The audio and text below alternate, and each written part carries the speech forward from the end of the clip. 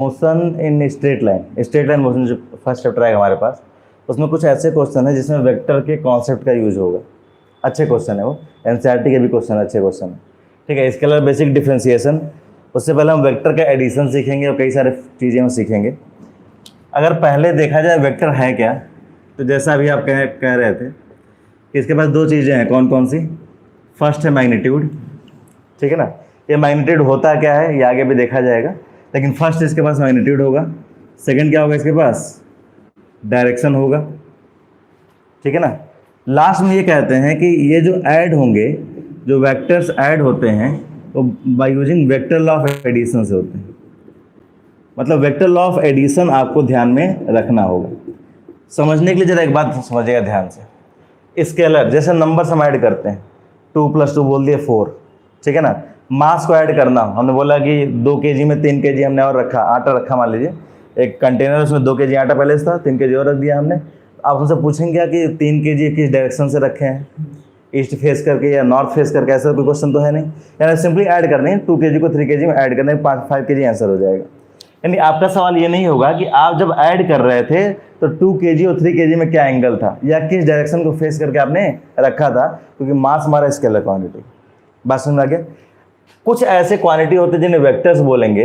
अब एक और क्वांटिटी आता है टेंसर के बारे में, तो उसके बारे में ज़्यादा दिमाग नहीं लगाना है, ना ही और सब चीज़ों के बारे में। बस वेक्टर हमारे पास है क्या, तो कुछ ऐसे क्वांटिटी होते हैं जिनके पास मैग्नीट्यूड होगा, डायरेक्शन होगा। यानी जब उनको ऐड कर रहे होंगे ना, मान लीजिए 2 वेक्टर को आप ऐड कर रहे हैं, जब उनको आप ऐड कर रहे होंगे तो उनके बीच का थीटा क्या है ये बहुत मैटर करेगा। सिंपल सी बात, जैसे 2 वेक्टर हैं, 2 वेक्टर के बीच का एंगल जो भी होगा, इस एंगल के बेसिस पर रिजल्टेंट या एडिशन हमारे पास आएगा। सब्ट्रैक्शन बेसिकली ऐड ही होता है एक तरह से, थीटा सब वेरी कराता है हमारा, ठीक है। तो basically vector law of addition क्या होता है, थीटा डिपेंडेंट होता है। सिंगल लाइन में लिखा जाए तो थीटा डिपेंडेंट होता है। आगे क्या फॉर्मूला होता है और अच्छे से प्रॉपर समझेंगे, लेकिन बस इतना 3 चीज़ें ध्यान में रखेंगे। वेक्टर वो फिजिकल क्वांटिटीज हैं, यानी सारे फिजिकल क्वांटिटी जो वेक्टर्स हैं उनके पास मैग्नीट्यूड होगा, डायरेक्शन होगा। एडिशन जब वो ऐड हो रहे होंगे तो वेक्टर लॉ ऑफ एडिशन को फॉलो करेंगे। Vector law of addition indirectly या डायरेक्टली आप समझें तो जो दो वेक्टर को मान लीजिए आप ऐड कर रहे हैं, 3 वेक्टर को आप ऐड कर रहे हैं, तो उनके बीच का जो थीटा होगा उस थीटा पर डिपेंड करेगा।